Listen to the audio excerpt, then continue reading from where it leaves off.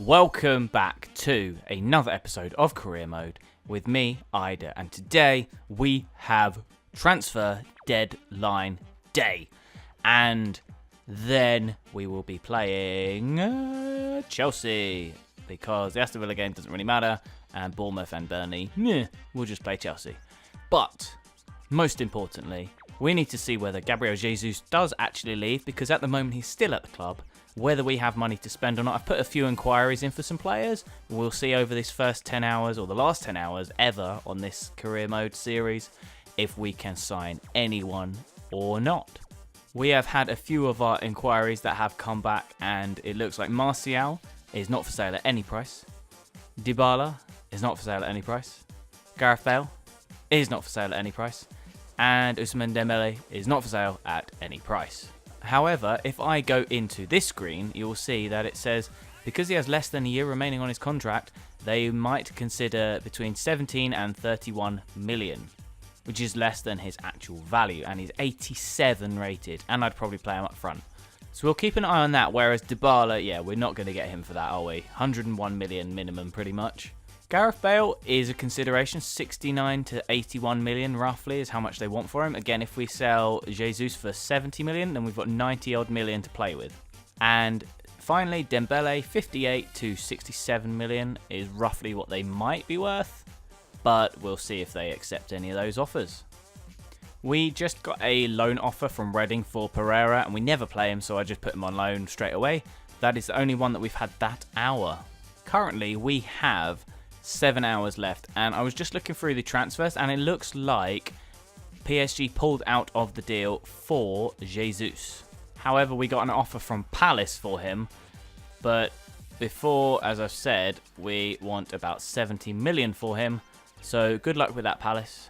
Oh my word, Crystal Palace have apparently got a lot of money. They have reviewed the asking price, and they are willing to go for the 70 million for Gabriel Jesus. We only have 5 hours left in this transfer window as well.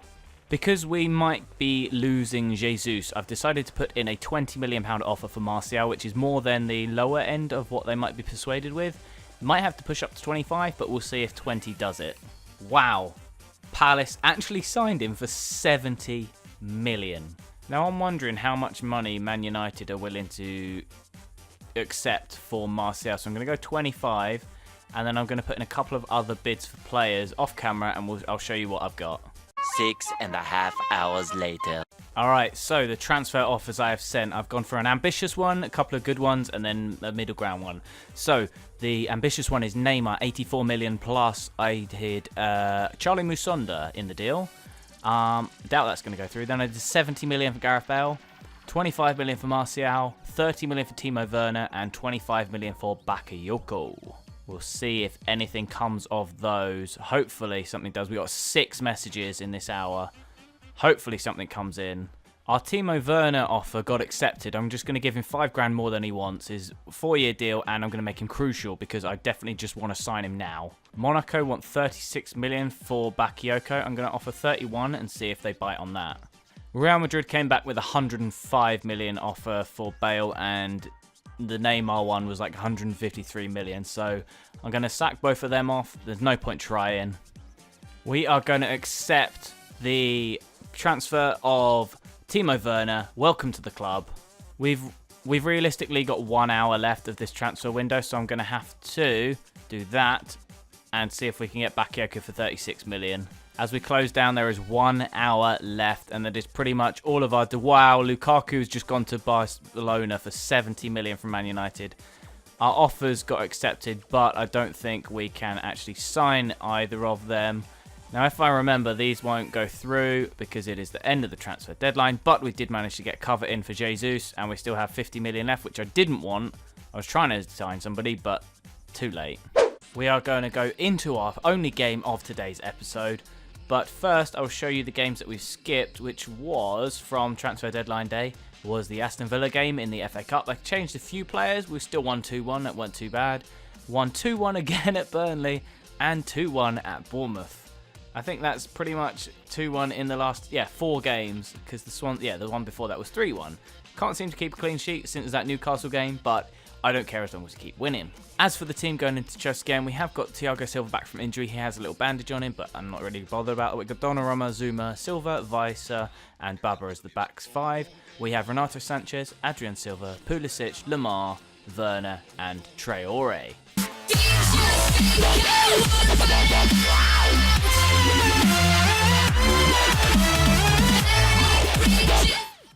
In a turn of events, Chelsea have actually sold Eden Hazard in the transfer window, just gone. So, in all honesty, I'm not as scared as this formation and this lineup as I could have been, because they have lost a couple of players, but still doesn't mean that they're not going to be good. It's the first outing in terms of being on screen for a game for Timo Werner. Can we get a goal with him on his sort of on-screen debut?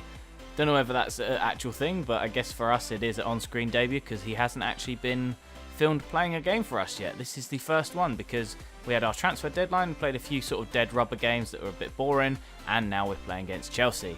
Can he get something on his, well, I keep calling it on-screen debut. He's already had his debut, but, you know, it's the most I can make out of what his first game that we could actually seeing of him. But can he get anything from this? We're not sure at the moment.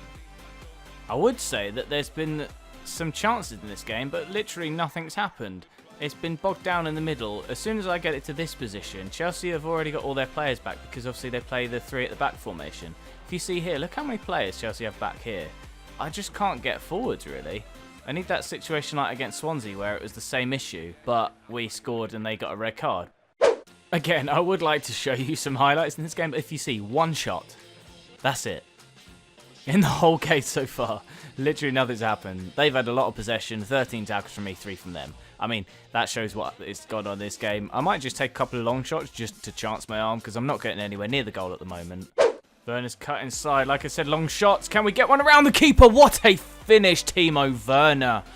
First shot of the game. I was trying to get some longer shots, but I've not been close to the goal. I know it's only 5 minutes into this second half, but what a finish from Timo Werner.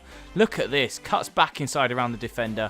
Finesses around Thibaut Courtois. What a finish. Sanchez plays a ball through to Werner again. Can he cut back inside? Can he give it to somebody else? Is that Pulisic? Just wide. Through ball from there. Bertrand Traore's through on goal. What is that for a finish, Traore? Werner's clean through pretty much on his own. Can I play across the goalkeeper? Werner, what a finish! Ooh, across the goalkeeper. What a finish, Timo Werner. The boy can finish 2 bangers. 2 absolute bangers in this game. I mean, it helped there that he was clean through pretty much, but he still had a tight angle to finesse that, pretty much smashing it as hard as he could, top corner, with some sort of aim on it as well though. Didn't just hit it as hard as he could, got something on it, and what a finish. Batshuayi's through, shoots, and he scores. Oh, poor defending. It ricocheted off him 3 times, and it's just gone straight into his path. That goal was pretty much the last kick of the game. I took the kick off and passed it once, and then it was the full-time whistle, so it didn't matter too much that we conceded that. But another game, 2-1.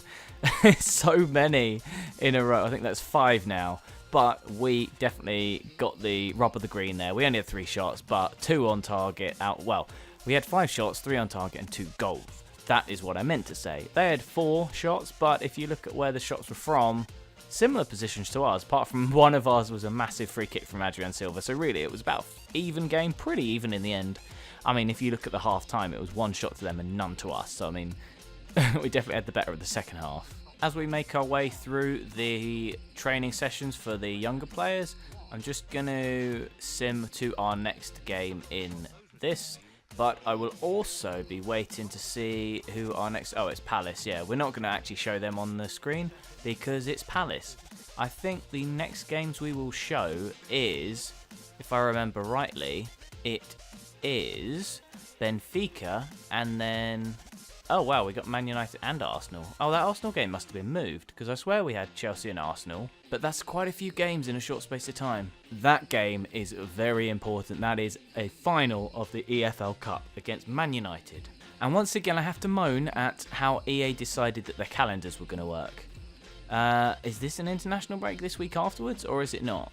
Because we've got Benfica there, nothing this week, but then we have 3 games in the space of literally like 6-7 days. We've got Man United, 2 days later Arsenal in the league, and then Man City. How is that fair? Why can't we have a game the week after? It can't be international because there wouldn't just be that 1 week. The week after that, I think, again, yeah. We have 2 weeks spare here, 1 there and 1 there. What's that Benfica game doing in there? Is that an international break? I don't know. But I don't get it. Again, EA, why are your calendars like this? Every other football game I play that's got a calendar system is absolutely fine, scheduling games. Why is yours wrong? However, that is going to be the end of the episode. I'm going to leave you there. Our next game is obviously going to be that Benfica game. So, if you liked the episode, please give it a like. If you loved it, please consider to subscribe. Thank you for watching, and bye-bye.